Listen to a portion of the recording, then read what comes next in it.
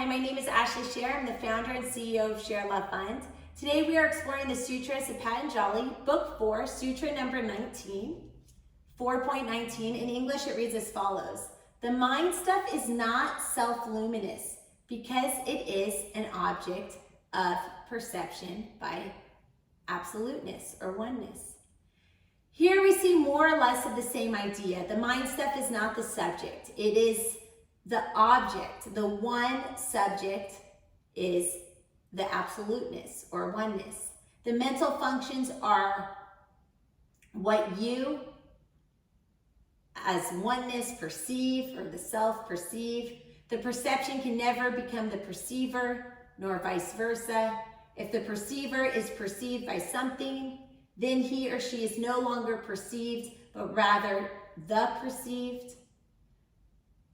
To really have this awareness, this isolation of perceiver and perceived is yoga. Yoga means a yoke or an interconnectedness. It seems easy, so why don't we all have it? Because the quality of the mind is not that clear. It still drags us down. It does not allow us to stay separated from the mind. Illusion tricks us. Flattery tricks us. You know that yesterday you had an experience on the mental level, but it didn't last. It didn't bring you lasting satisfaction. You might say, I don't like it anymore. I don't want to do it. This is the last time I will run after that. Then 2 days later, you run after the same thing. What does that mean? At a certain point, the true wisdom comes up. But then again, illusion, delusion, flattery, desire, addiction, cravings trick you. And you think, oh, yesterday it brought pain, but today it's going to be wonderful. I'll try it again. That's delusion.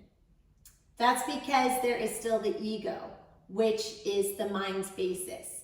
It really doesn't allow you to know and be who you are.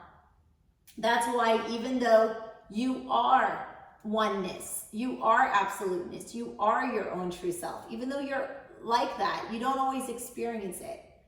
When you hurt somebody else, you say, oh, I didn't do it, or it was my mind, or when somebody hurts you, you should feel the same way. Well, you didn't hurt me, your mind did, so I can't be angry with you.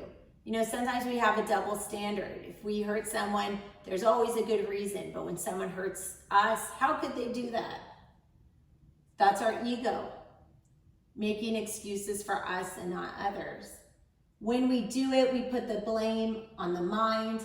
When somebody else does it, we usually say, how could they do that? When we're laying down, we might say,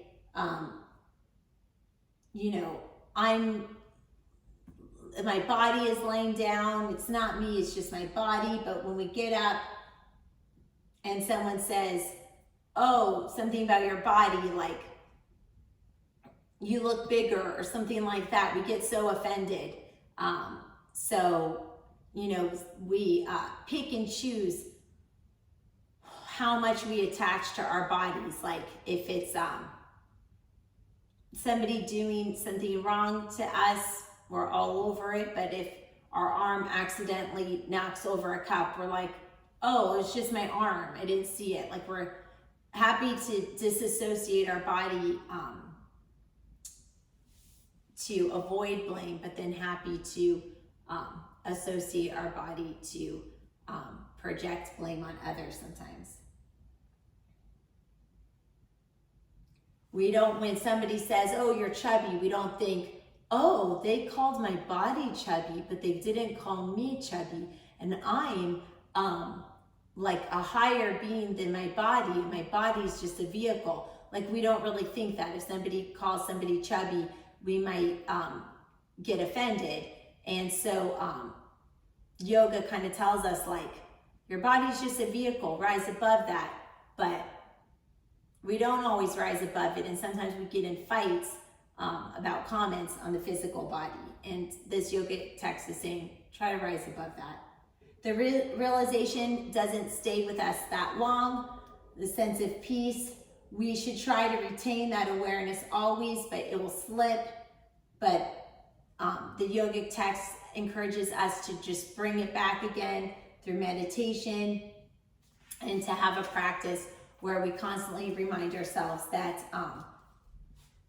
that we are our own best self. It's already in us. We just need to kind of calm down and stop all the commotion to enjoy it. Namaste.